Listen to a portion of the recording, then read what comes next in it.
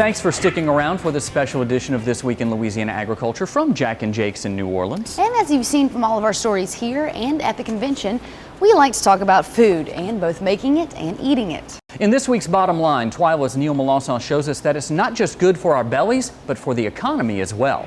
The Bottom Line is brought to you by the Cotton Board, strengthening the fiber of our industry. As Kristen said, one of the best things about being involved in agriculture is getting to eat the final product. Now, I've eaten in restaurants all over the world, and the very best are right here at home here in Louisiana. People all over the world know that, flocking to New Orleans to eat at our restaurants, and that contributes as part of the restaurant industry to more than $7.5 billion of the state's economy. Now, when Katrina struck 10 years ago, one of the surest signs of recovery was the reopening of the restaurants, which struggled then to get supplies and credit card machines working. Now, though, not only are they fully open for business, but there are more than 1,000 restaurants in the city, which is 200 more than were open 10 years ago. However many, the restaurant business remains a mainstay of New Orleans tourism right along with Mardi Gras. In fact, 5 of the oldest restaurants in the country are in this city, famous for its gumbo. It's not only famous for gumbo, but it's gumbo itself. See, New Orleans sits at the confluence of Cajun and Creole cultures, as well as all of the immigrants that have come through the port. Everyone who comes through or stops by seems to be bringing a new flavor to the cuisine here, as well as the vital tourist dollars. Whether you're hungry for fine dining or just some hot-boiled crawfish, there's a restaurant here for you. To prove it, the city served nearly 9.5 million visitors last year and is on track to break that record this year.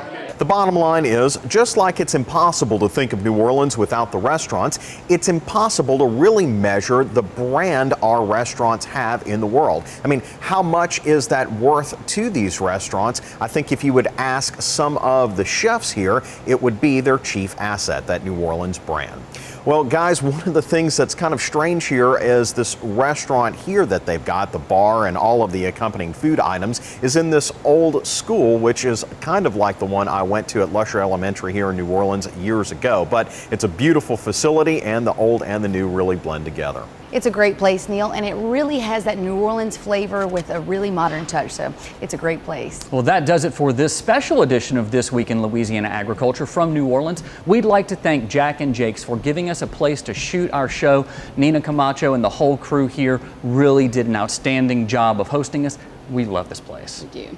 And be sure to join us next week when we'll head into Holly Clegg's Trim and Terrific Kitchen for another tasty dish. Until then, you can watch all of our stories online on our website, twilatv.org. Be sure to follow us on Twitter, on Facebook, on Instagram, everywhere on social media. For all of us here at TWILA, I'm Kristen Oakes White. Thank you for watching. We'll see you again right here next week.